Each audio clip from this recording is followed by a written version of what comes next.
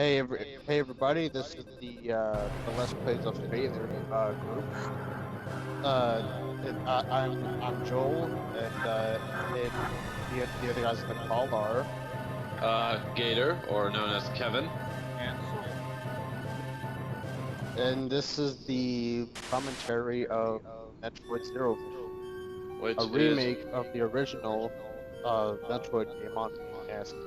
which is one of my favorite Game Boy Advance games, and also, not to mention, the game also has in the options menu the original game itself. Well, that's only if you beat the game, actually. How are you not gonna beat the game, to be quite honest? Yeah. Anyway, as you can see her remodeled Space Hunter ship. Yeah. And here's a little backstory for you. This is the only backstory you'll ever get. Well, at least until the second half of the game. And here's the animation. Yep. Good old for the newbies. As you can see, here we go. Innovation. We're going to the left. Yeah.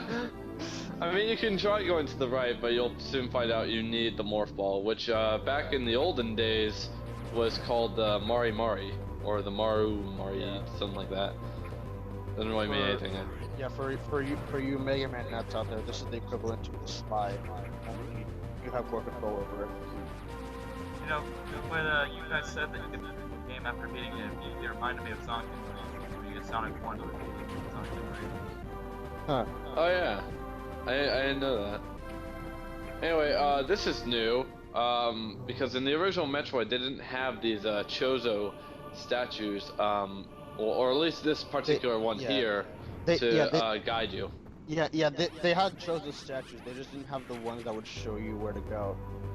Also, these prompts that tell you about your energy or what your morph ball capabilities are and how to use it, those didn't show up either. Neither did a save feature, because that wasn't really, that really wasn't, they didn't have that kind of ability back in when did the original Metroid come out? 1980. I believe it was 87, but I could be wrong. Those things you cannot kill. Yeah. Well, at least not yet, anyway. Well, if you had like a screw attack, maybe. Yeah. The screw attack kills them. And that could either make you very happy or put you at a dead spot. Well, I mean, the screw attack you can use whenever, but in this game it's a little different. So this is Metroid Zero Mission. Well, how are you taking it, Sword? I'm taking it as a remake of the game. And what are your other thoughts on that? It looks like sort of like Mega Man, but really improved. That's what I'm getting at right now. And they already got his upgrade, which we got the long beam, which allows him to shoot full screen. Right. Oh yeah, before I forget, when the Chozo statue's hands are glowing, that means you can turn into Morph Ball, go inside, and it'll refuel your effect. Right. So let me just give you some backstory. The original Metroid game was inspired by the movie Alien, and how they didn't really make Samus the protagonist female initially.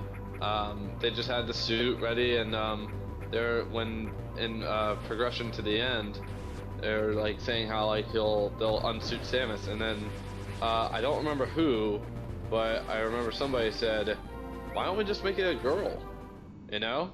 Why not be innovative and surprise the player that they were playing a girl this entire time? And that was like the joke, or not really a joke, but like you know what I mean? It's funny because she's a woman.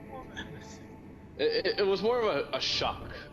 Like, oh, I didn't know I could play as a female in a video game. I don't remember if she is the first female in a video game or not, but she's the first female protagonist.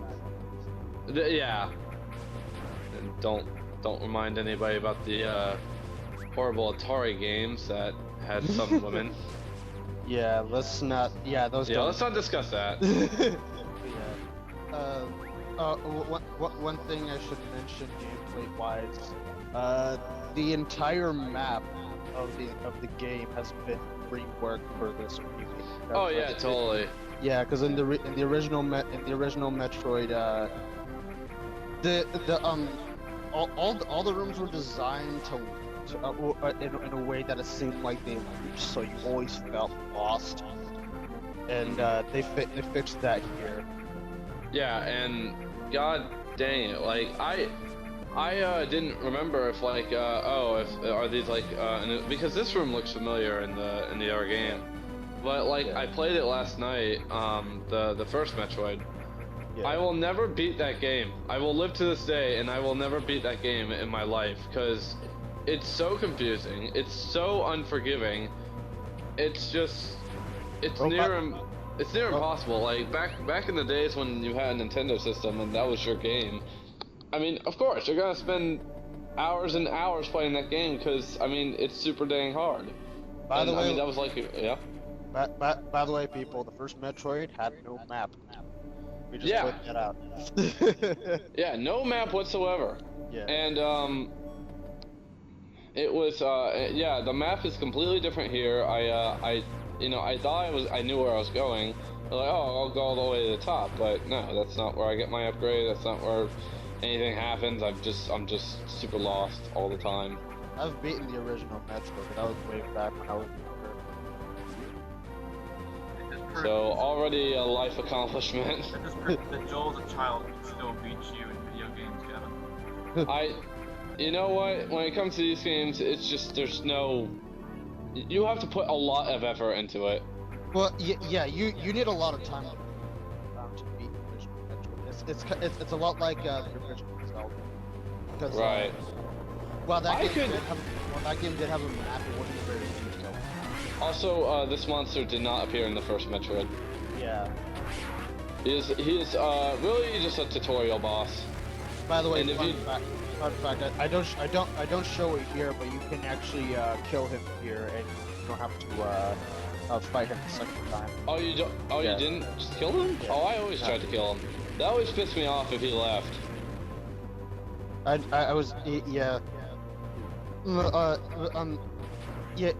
You're gonna get a special power up if you beat him too. So Yeah, you get the charge beam, yeah. which I don't think was in the original Metroid. It was in the original Metroid if I remember Oh, okay. correctly. Yeah. For all my Metroid experiences, I'll lay it down here. I played the first Metroid Prime on the GameCube when it came out. That was my introduction to Metroid, the universe itself, and boy did it blow me away. I had heard that it was a side-scroller, but I never thought to this day like I would actually like play the side-scroller games. But when I was introduced to Fusion, which I got like really late, I got it a couple of years back, and I played it. I was like in love with it immediately. I love the concept. I love the gameplay style. Just everything about it is really fun. And I think I really got into the side-scrolling because that was when Other M was coming out, or if it hadn't come out, I don't know. When Other M was announced and I saw that it was for classic quality, I wanted to get used to the classic kind of quality. So that's when I took it upon myself to play these games, to learn that style. And to this day, I still find Other M to be an enjoyable game to play. Not really a game to watch, though. Yeah. Yeah, we just got our first energy tank. He's pretty much work as pretty much life support. Right. And it expands your health, basically. He also has missiles, which is basically a one-hit charge beam. It can also open special doors. In the original game, it took 5, or at least in Super Metroid, it took 5 missiles to open a red door, which I find completely like. I mean, they dumbed it down in this game. All right, so that's the first. Yeah. That's the first part. part. All right. So, later.